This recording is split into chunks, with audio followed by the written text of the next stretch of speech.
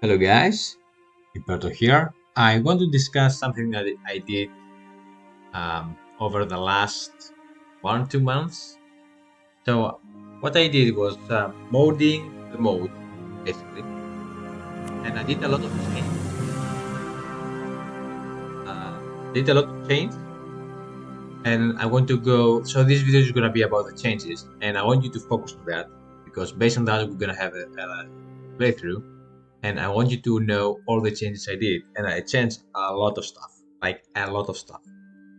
I will start by saying that now, normal, hard, and very hard, they have the same modifiers. So the only difference between playing on normal and hard will be that AI is focusing on you and this 50% extra bonus. So I'm gonna explain what I did and why I did it.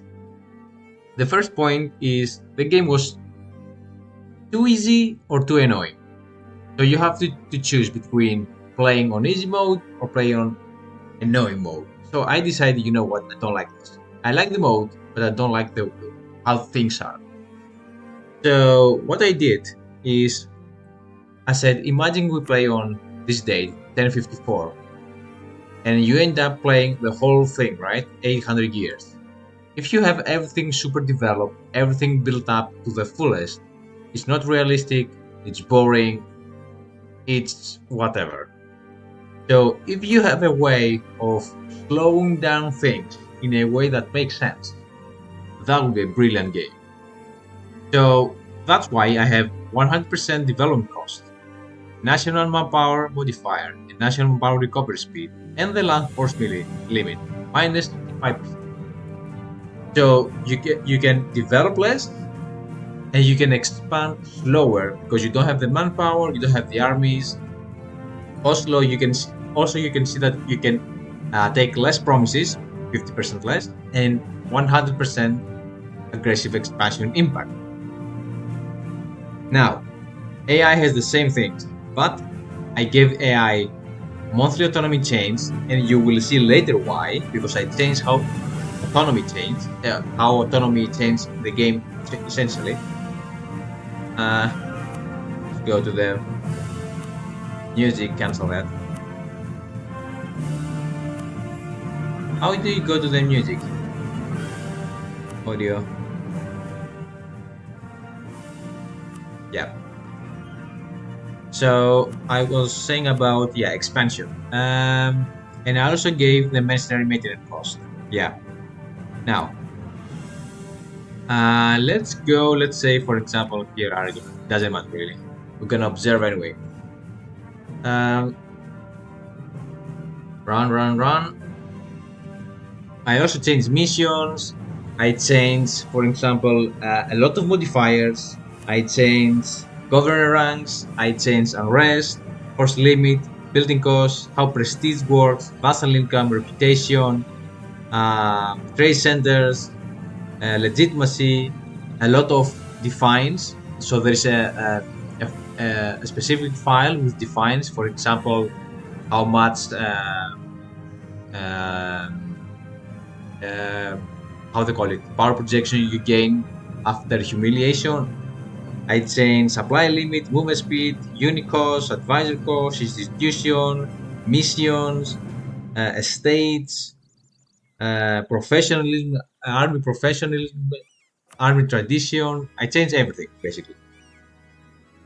So let's go, for example, one of the biggest changes and how things started, legitimacy. So now legitimacy is your ability as a ruler. Legitimacy is compromised from different things. As you can see, the base value of legitimacy, that applies for unity, theocracy, devotion, tradition for republics. So it's the same thing. The values might be different. For example, for hordes, if I go to hordes,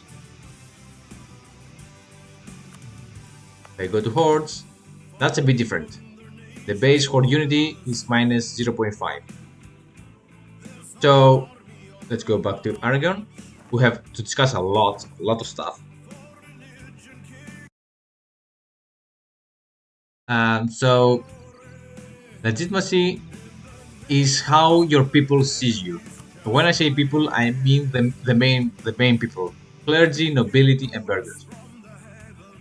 So if I hover here, you can see that all of them, they contribute to my legitimacy. So now you want to have high loyalty and high influence, so they can contribute to your legitimacy.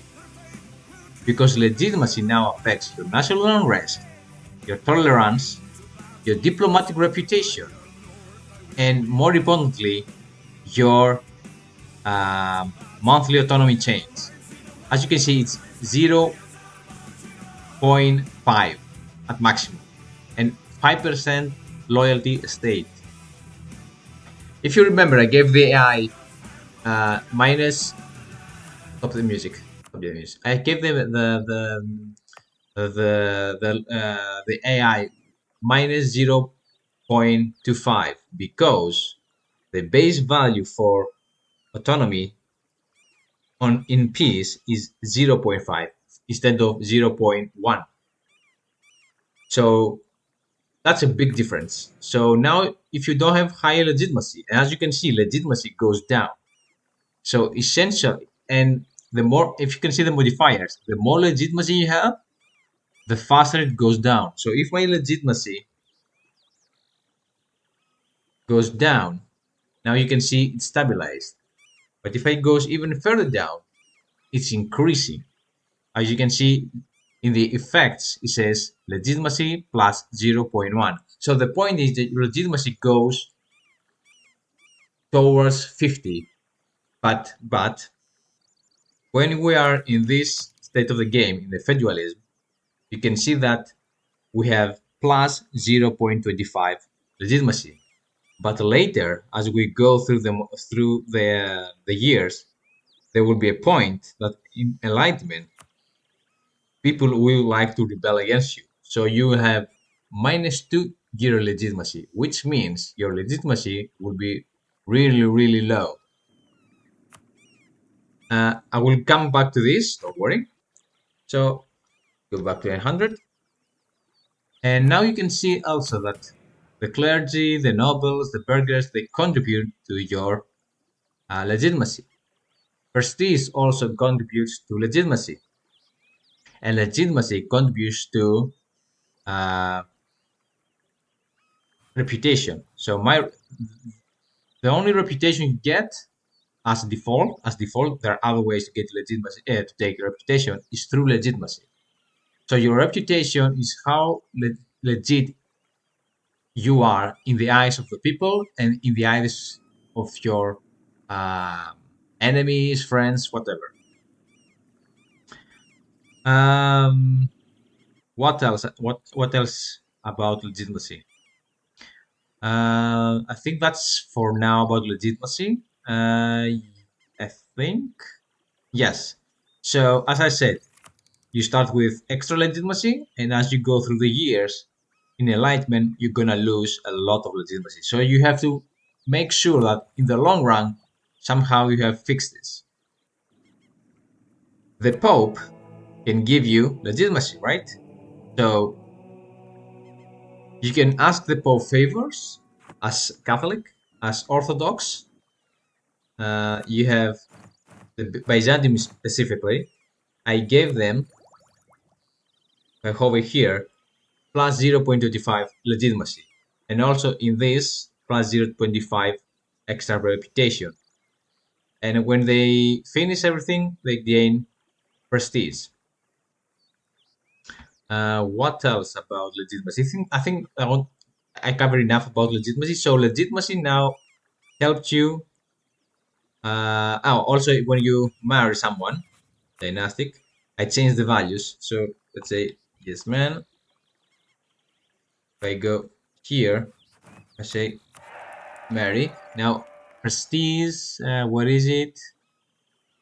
Our projection gives you 0.25 at maximum.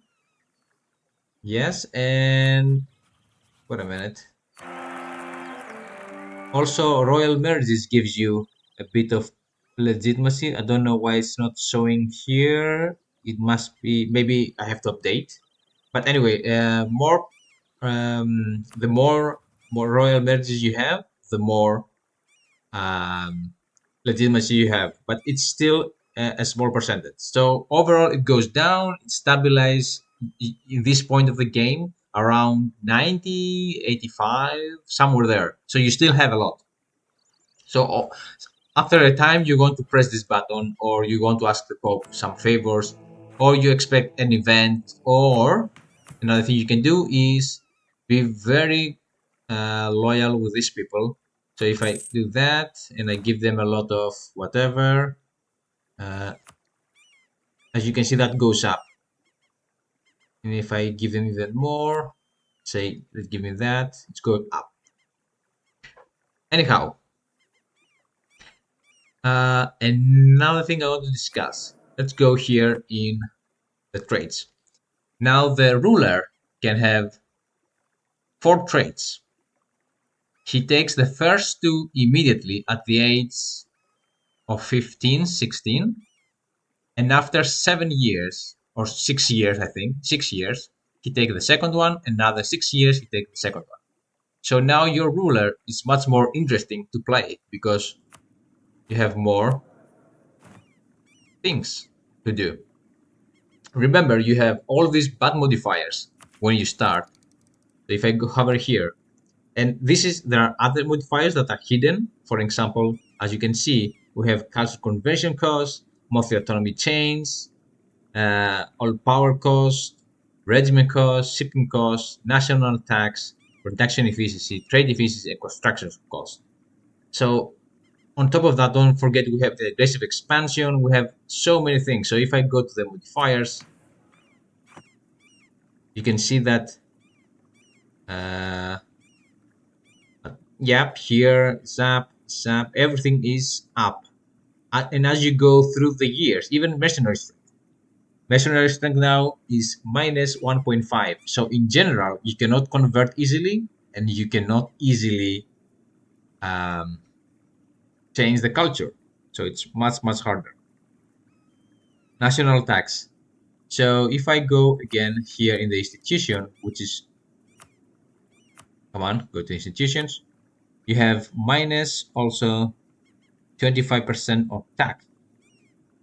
So if I go here, and everything makes sense. Also, I remove another 25% from the cities. So if I hover here, you can see that the clergy ask for money, and who else? And the nobles, they ask money. When I say nobles, I mean the feudalism in general. So the more, the higher their influence, the more they ask money. So if I give them more influence, take that, more money. And the maximum is minus 10%. What else? Also, now, if you really upset them, if you really upset your people, they will give you a lot of unrest, and a lot of the nobles will give you even more autonomy chains. We're talking about the ruler though. So now the ruler, I gave them something from Imperial Universalis. They have, based on their diplomatics, administrative, and military points, they give you diplomatic reputation, loyalty estate, monthly autonomy, and military tactics. So if he's 3, he doesn't give you anything bad. So if I go here, he gives me no bad modifiers, no good modifiers. If I go here, because he's 2, 4, 6, he will give me good modifiers like improved relation, diplomatic reputation, and state loyalty. But because his because his administrative power is low, and the lower it is, the worse it is, right? It gives me monthly autonomy chains, but he gives me military tactics because he's 6. And if it is 6, it gives you, as you can see, plus 5%. But if he's 0, he will give you minus 10% loyalty. So it's more punishing that is rewarding, which is a good thing because usually you can maintain the loyalty anyway. Also, now the loyalty level is not 60, it's 65. The influence level is not 60 for the highest rate, it's 65. So I increased that. Another thing you cannot do with the estates is you can sell titles every 10 years, you can subdivide every 10 years, and you can seize the land every 10 years. Also, now seizing the land after 50%, it gives you monthly autonomy change and less government reform. Speaking of the states, now when you take this monthly administrative power, it also gives you autonomy because otherwise it's so good. It's so good, right? It's so good. So I punish you. If you take that, I punish you a bit. Same applies with military and same applies with diplomatic. Also stuff like there is a very good option for the clergy. Show that one. Not that one. Anyway, I don't remember which one, but there is one that gives you like a lot of stuff, which I reduce all the effects a bit. What else? Also, the good stuff from religion. So if I go on the Catholics again, the Pope now you can ask for 100 papal influence to take this good modifier, which is because that one was super powerful. And the rest I think is the same. Also, this one, the +1 stability now becomes +100 administrative power because stability, the modifier, is +1.75%. And don't forget there is an extra 5% to all power costs. So if you increase stability +1, sorry, come on.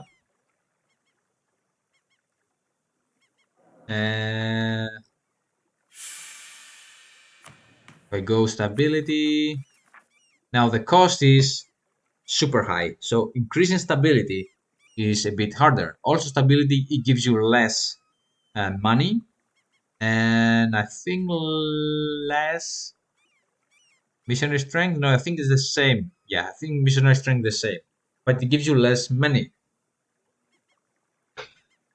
because I want things to be. I don't want you to build like crazy. I want you to slowly build your stuff. Advisor are 25% extra, and the cost for promoting is super high. It's super high. So you want to hire level 2 advisors by themselves. So if they are level 2, it's much cheaper instead of promoting someone, which makes more sense. What else? Let's go. Oh, government. Yes, the governments. So if I go here on the government rank, I gave, if I go here, you are a kingdom. So kingdoms now, come on, show me. How can I do that? Got kingdom.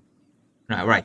Now the kingdom now gives you diplomats, but it takes one diplomatic relation and it gives you corruption. And the reason for that is I didn't want the kingdoms to be too strong. And if I go to an empire, the empire now gives you same thing. Yep, it's the same thing. So kingdom and empire is almost the same. It's the governing capacity that is different. But if I go to a duchy, I think you're a duchy, right? That gives you manpower increase, land force limit. Yes, that's it. Plus 3,000 and plus 3. Don't forget there's the minus 35%. So that's why I gave them this extra manpower and land force limit to help them with everything basically with the force limits. So now if I go here, subject nation, you can see. Oh, also I changed the base value. Now it's instead of 5 is 7.5, and the force limit for the navies is 10 instead of 8. I also give a bit of more extra money on the base value, which is 12 plus 1 per month. And you, by default, federalism gives you minus 0.5 inflation. So, and also you have, and if I remember right, you have 10% on state maintenance, less. And if I go to the highest, so you can see that the differences now are not that huge. So someone who is not like a great power can somehow, pretty much fight someone who is on the highest rank. Great powers, speaking of great powers now receive, let's go to a great power actually. Let's go to you. They receive a 50% extra aggressive expansion, so they don't go crazy.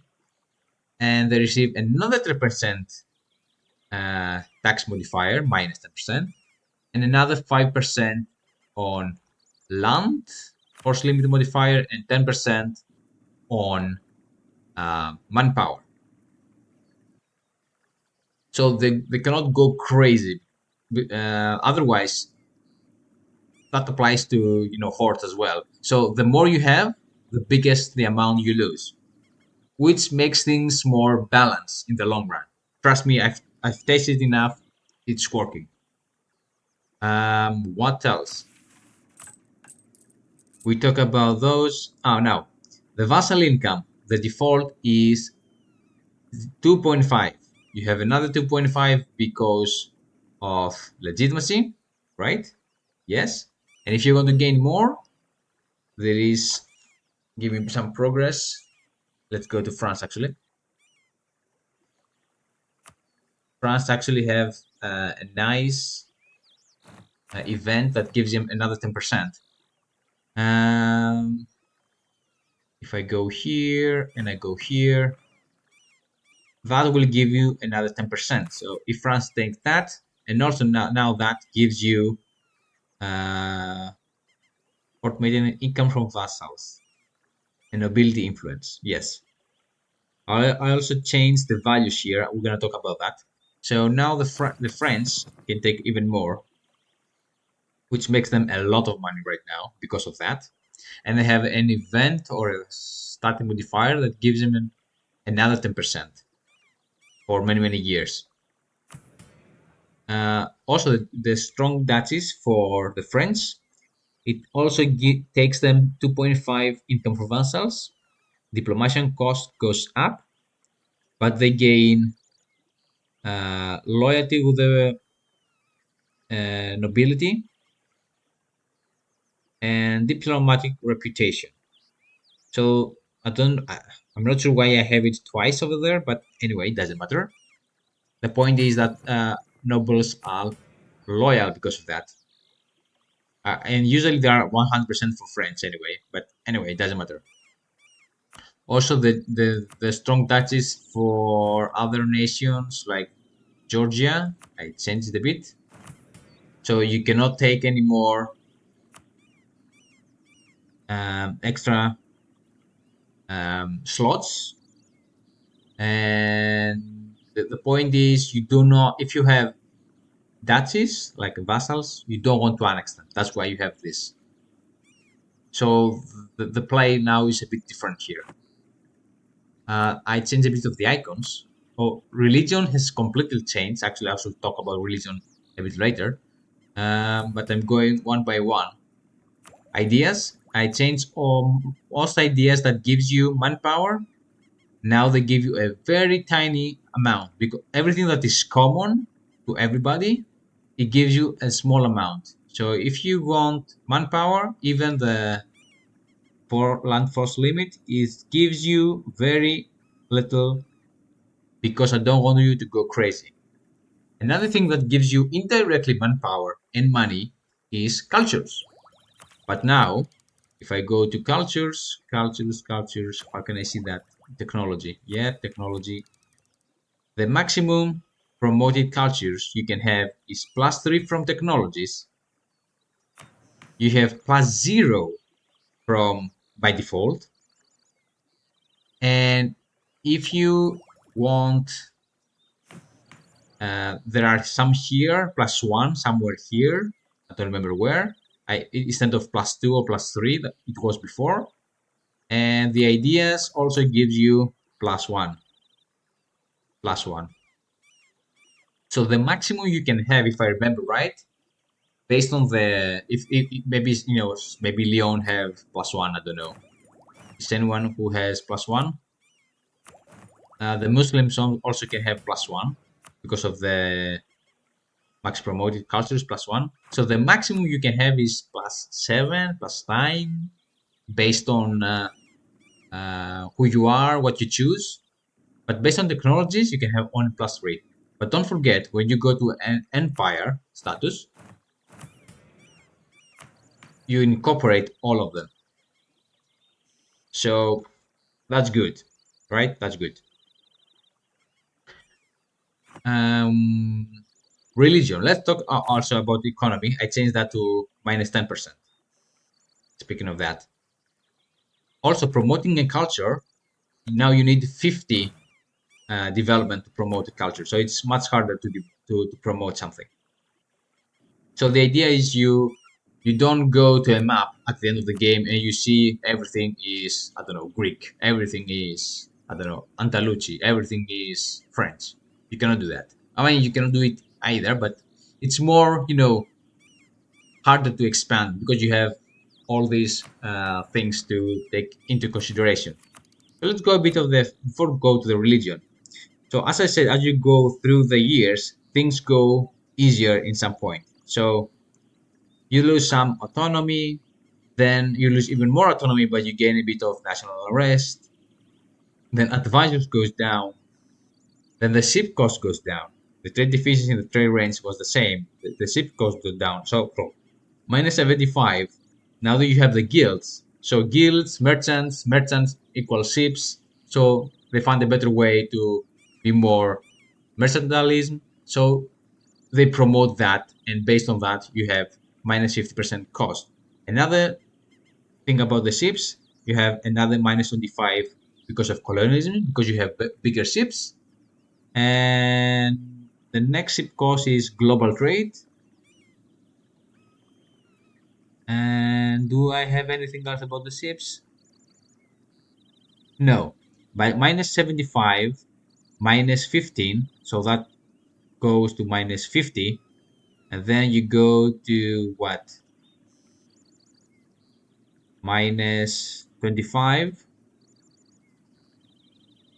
-15, no, -5, 15, something like that. So the ships overall, they go down their price, and essentially it will go to zero. So from -25%, it will go to +0. And the regiment is -15%. You start, and in where is it? I think it was construction or regiment cost -25. So eventually, in industrialism, you have +50%, +10% regiment cost. Sorry, -10% regiment cost. Aggressive expansion. As you go through the years, aggressive expansion goes down. Chivalry -10. And then you continue, I think it's around -25. Institution. Here it is, -50%. So in liberalism, which is basically Napoleonic area, you start conquering like crazy. Also, you are more tolerant, but you have more national arrest. So even in the late point of the game, you will lose something, but you will gain something. Oh, also you gain a max promoted culture here. Let's go one by one actually. So here you lose a lot, then you go a bit to the advisors, the cost, the trade, then aggressive expansion, prestige.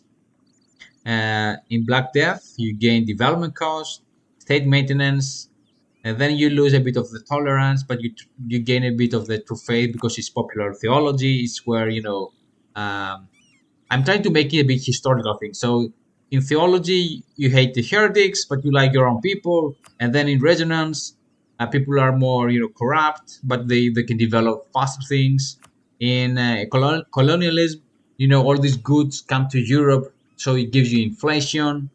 Don't forget you have minus 0.5 here. So in colonialism, it's basically zero.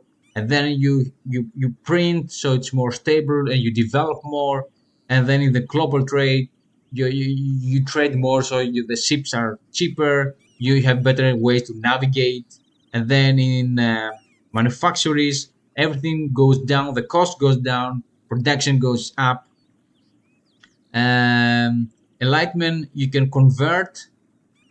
There's a 100% cultural conversion cost anyway. So you can convert, but people are more autonomous, and you lose legitimacy. And industrialism is where all power cost goes down, aggressive expansion goes down. You can start producing like crazy.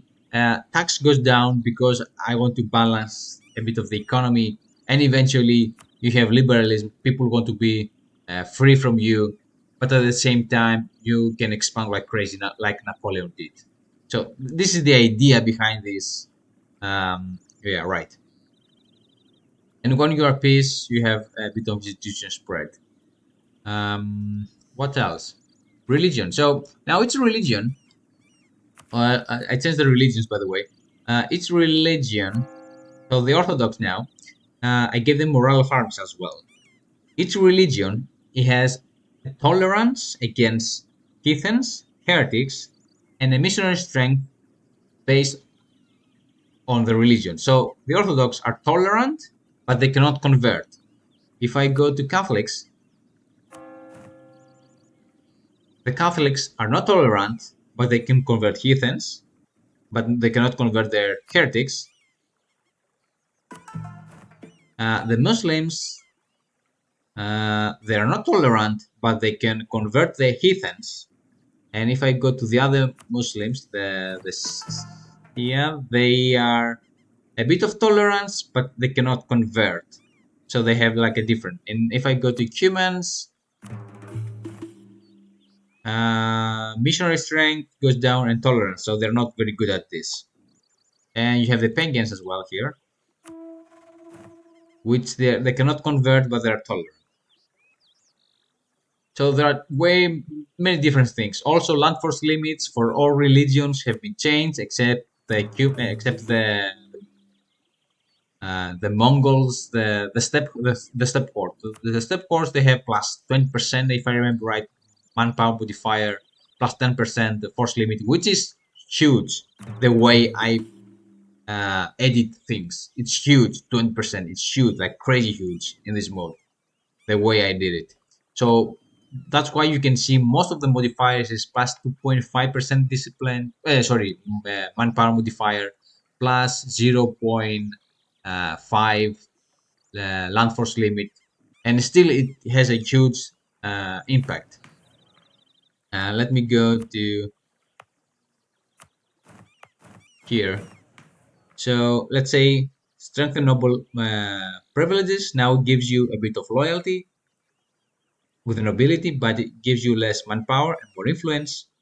Um, Now, if you want more money, they will lose loyalty, but they gain influence, and they lose influence, stuff like that. So also here they lose loyalty, but you gain a bit of something else, state loyalty, but minimum autonomy.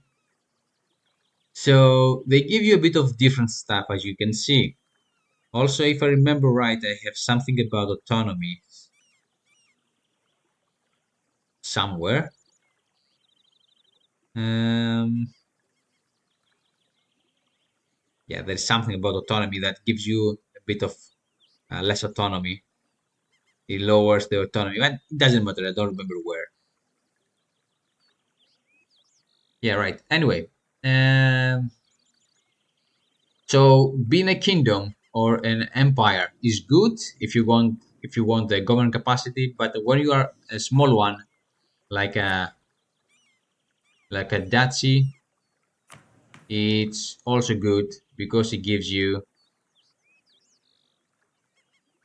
you're completely different when a Daci. Yeah, it gives you manpower and force limit. Uh, Also, the same thing applies for devotion, that legitimacy. It goes down. Same applies for public traditions. Same applies for everybody. Also, the tribes gives you horde unity.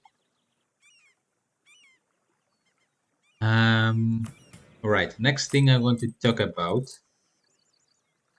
Let me check. Supply limit, I changed it. I gave like a 50% extra. State missions. So because of the development cost, right? Now the missions that ask you to go plus 2 clicks is only plus 1 click. So it's easier, and the probability of that event to fire up is only 0.25. I lowered the probability so AI won't fail this event too often.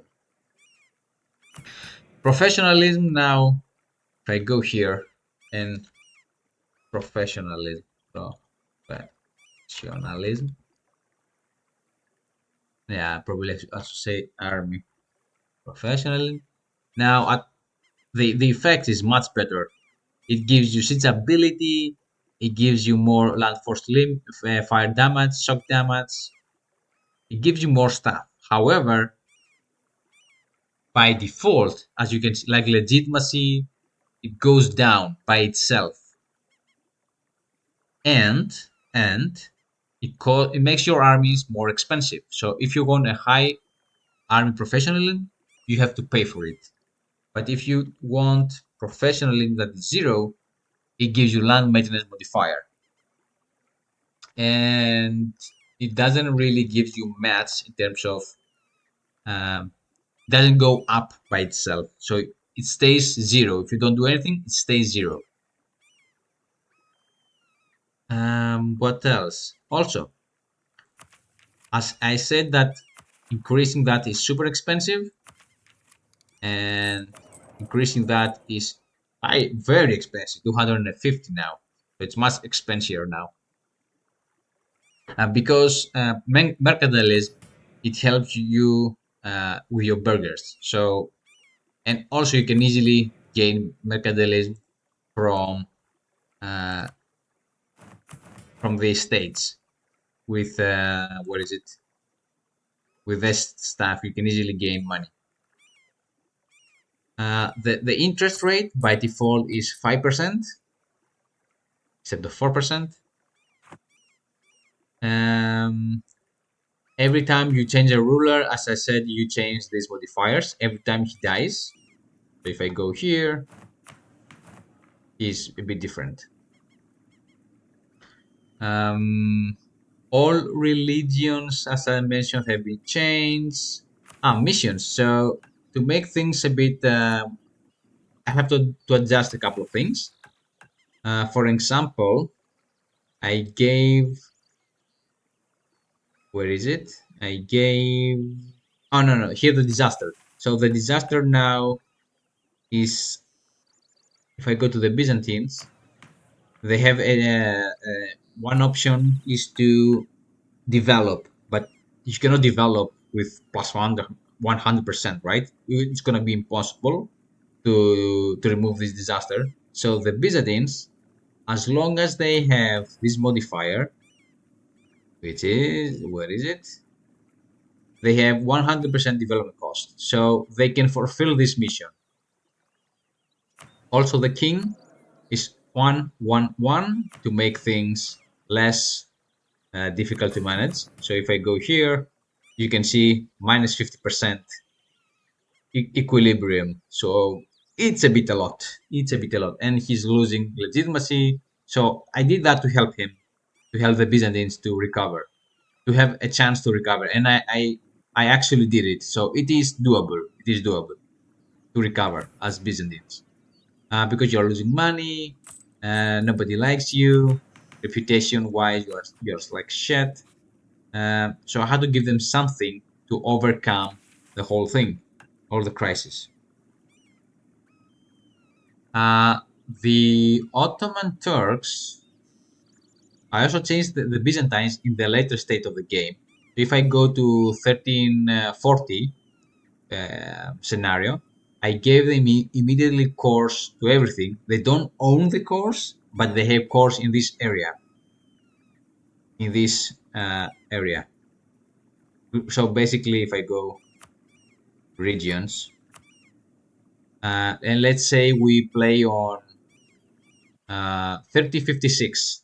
Byzantines own only this part in 3056, but they have cores in Thrace, uh, South Macedonia, Northern Greece, the islands, Thracian and Opsikion. They have the cores, but they do not own the cores, right? They do not own the cores, but they have cores, so they can do a reconquest, a casus belli. And the reconquest casus belli, it has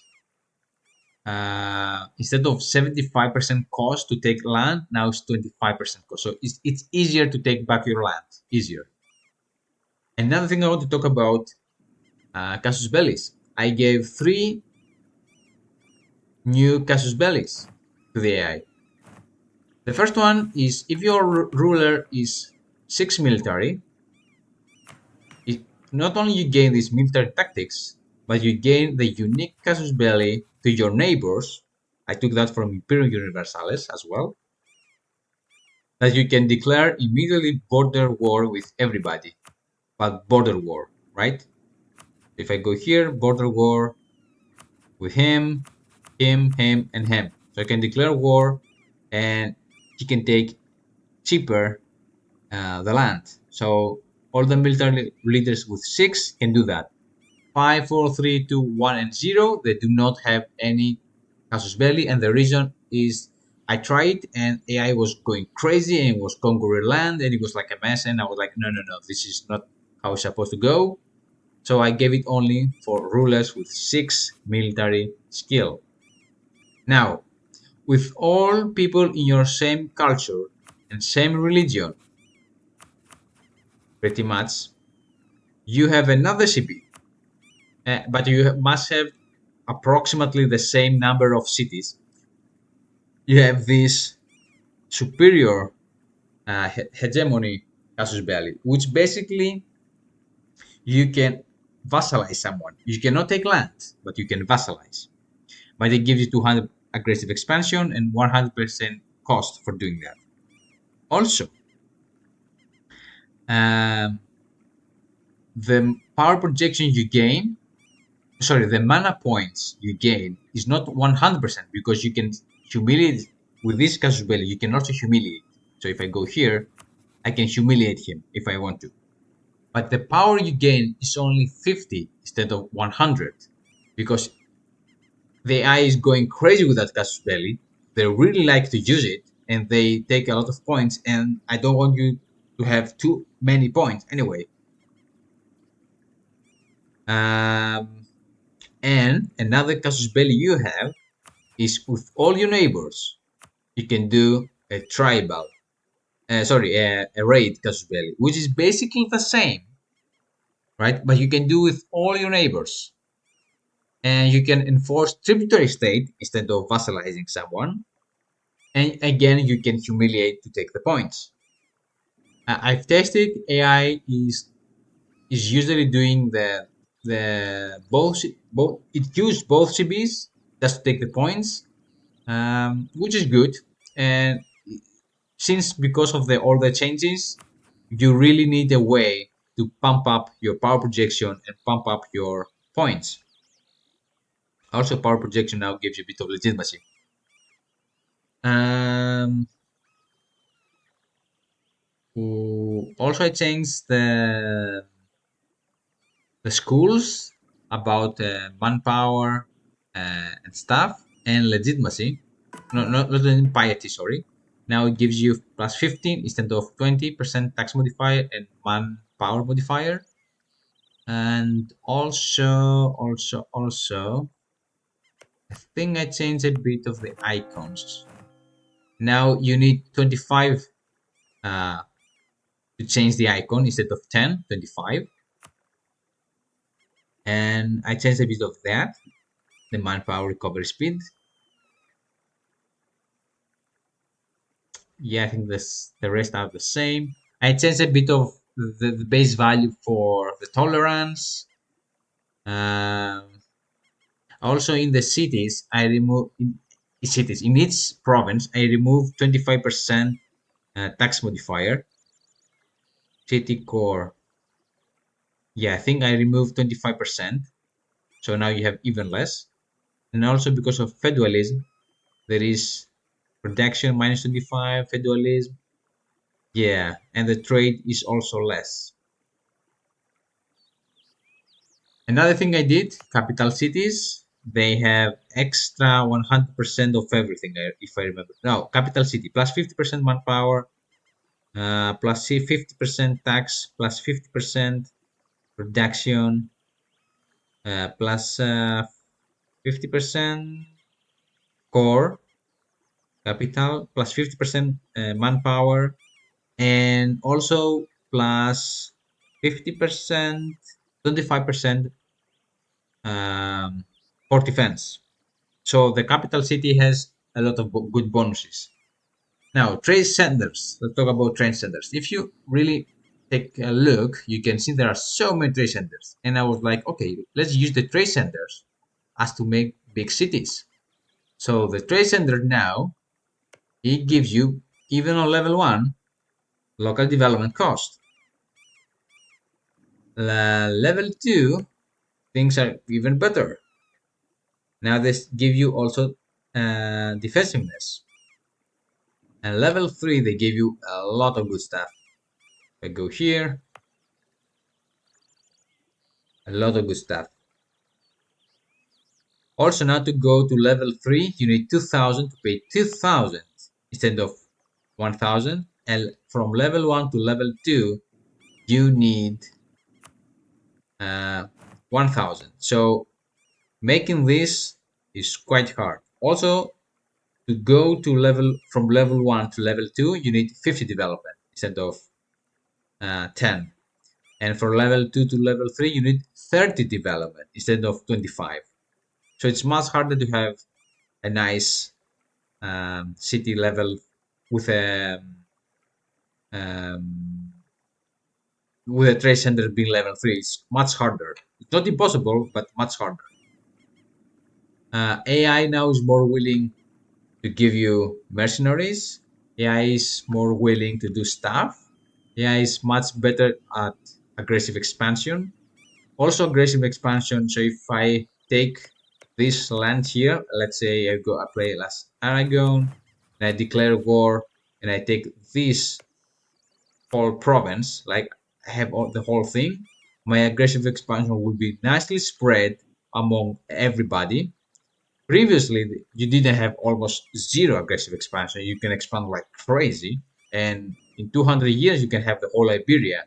But now in 200 years you're gonna have probably as like a good amount of uh, Aragon as it is in 4053, or sorry, 4044, that you start the regular EU4, and around 4044 you have actually formed Aragon, and your aggressive expansion is abnormal. Also, prestige now, it gives you minus 25 aggressive expansion. So that's really good as well to have high prestige. Yes. Advisors are very expensive. We talk about that.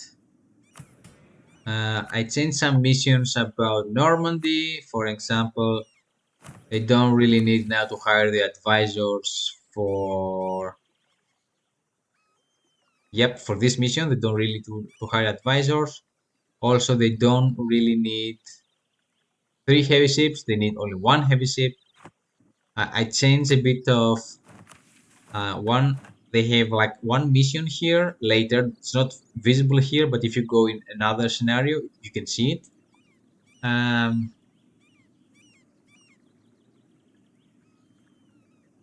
The Turks, when they start in 3056, I give them claims in all this area immediately, like they have permanent claims in all this area, so they can expand through a mission.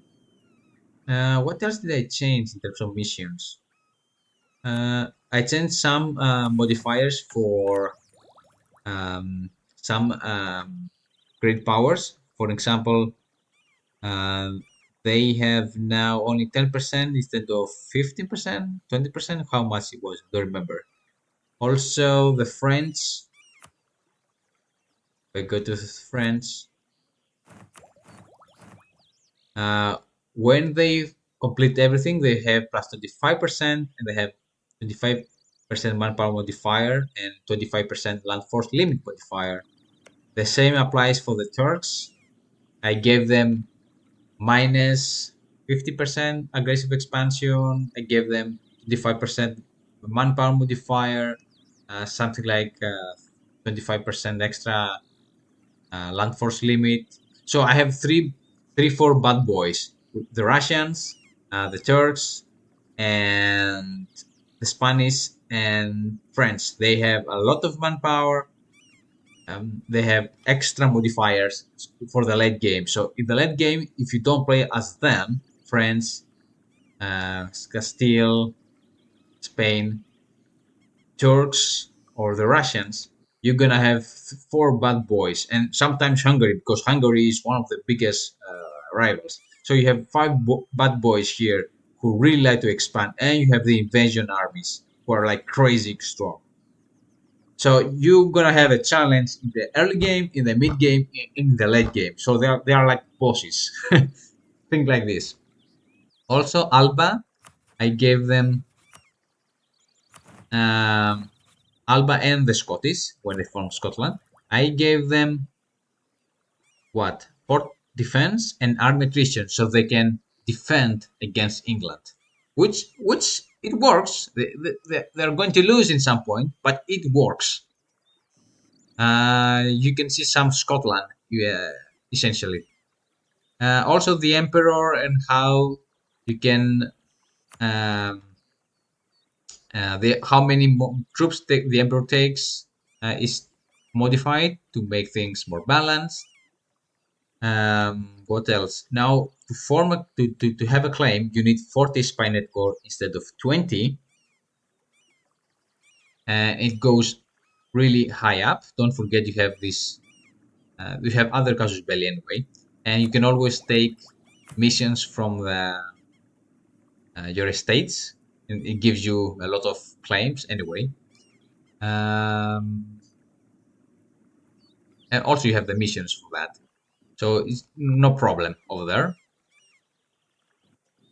What else did I do? What? Also now your cap. If I go to other factions, your cap is 1020.50. If I go to someone, I don't know why it says you can only keep 30 1,312. It should be 1,000, maybe someone else. Well, I don't know how this is changed, but it should be 1,250 by default. Maybe because we just start, it's a bit different. Anyway, the point is I gave plus 20 250 depositive, so you can store your points and use them later. Also, innovation is much less. You gain +2 when you gain something, because otherwise it was too easy to gain innovation. So now it's only +2 when you gain innovation. No, +2 or +4. Anyway, I changed a bit of that so you don't gain that much innovativeness. What else?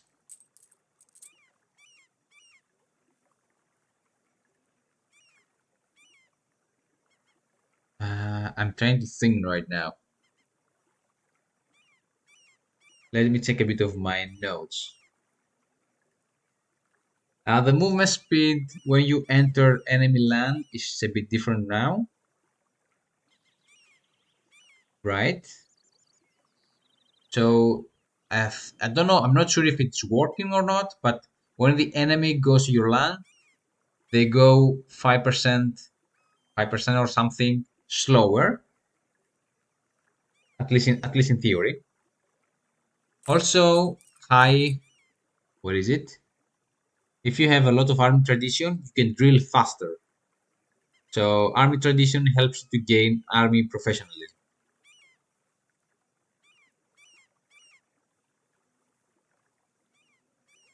I think also the area around your capital has 5% extra development cost. Minus 5%. Yes, that's good. Nice. I think I increased the fort cost a bit.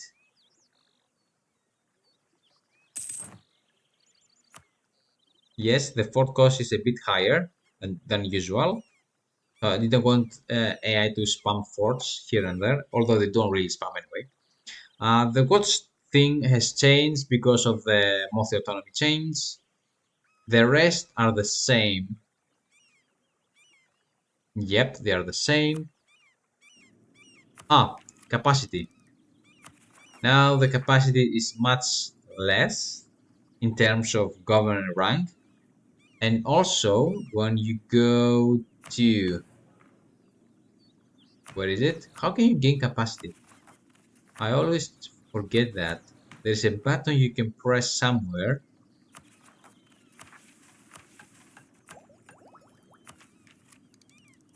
Yep, here. I think it was 25, now it's 20.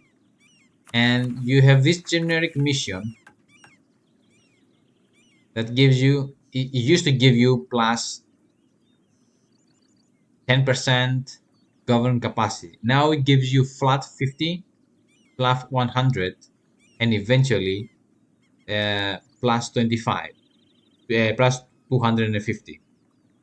However, Rome and Byzantium, at the end, because you want to form Rome, you can have plus 25% govern capacity modifier. So if you form Rome or you play as Byzantium, you still have this plus 25%, but you have to fulfill the whole thing.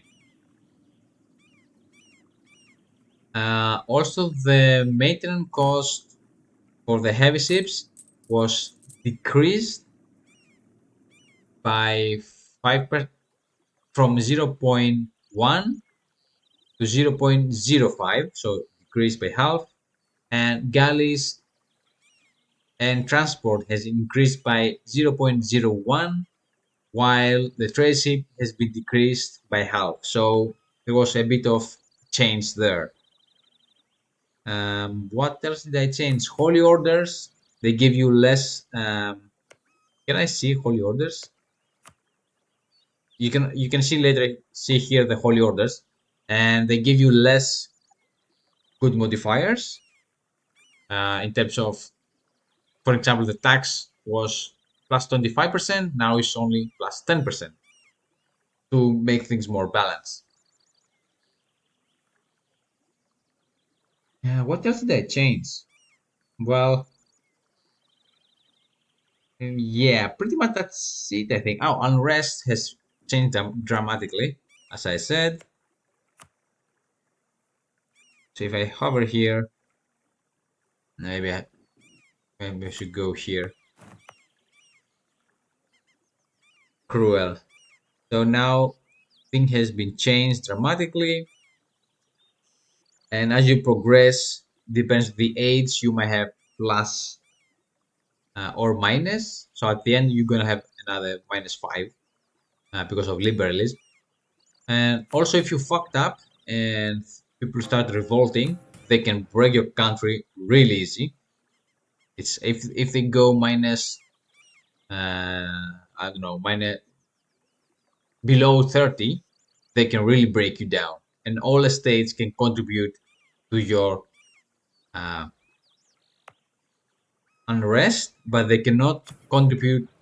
But only the nobles and later the how they call them, the holy orders will give you a bit of national unrest, but just a bit. National unrest plus minus 0.5 at maximum. But the holy orders they go away anyway, and if you really fucked up, they will gonna give you like -4 the clergy, -4 the nobles, -2 the burghers, something like that. So if they don't like you, good luck. Everybody's gonna rebel. Um,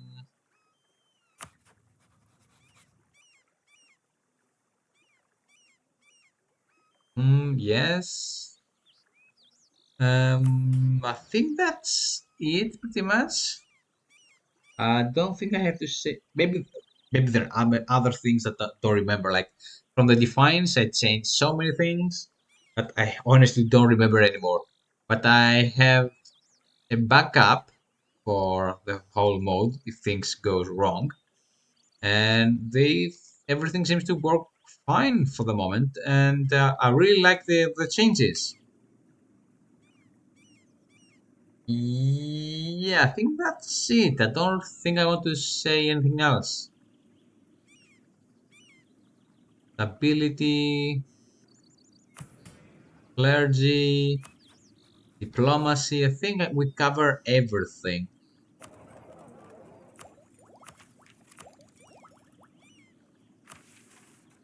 Yeah, so overall, the whole idea is you slow down things, you have to take more consideration. When you gain something, you are losing something else. So you gain loyalty, you're gonna lose something else. You gain institution, you're gonna lose something else, but you're gonna gain something else. So it's something you lose, something you gain, like in real life. So as you progress, it's not becoming easier. It's becoming easier. Eventually, you're gonna win anyway. But the point is, you struggle through the centuries, and you have a different thing to consider. Also, even if you're subject, like MAME, you can declare war,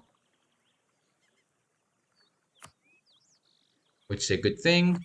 So you can gain power. Um, and yeah, I think pretty much this is what I want to cover.